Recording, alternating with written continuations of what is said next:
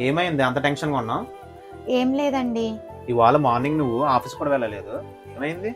దాని గురించే మీతో కొంచెం మాట్లాడాలండి. ఆఫీసులో ఎవరైనా ఏమైనా అన్నారా? లేదండి. ఎవరేమనలేదు. మరి ఏమైంది? ఎందుకు అలా ఉన్నావు? మీకు తెలుసు గదండీ! నేను పనిచేసే ఆఫీస్‌లో కొన్ని రోజులు డే షిఫ్ట్‌లు, కొన్ని రోజులు నైట్ షిఫ్ట్‌లు ఉంటాయని.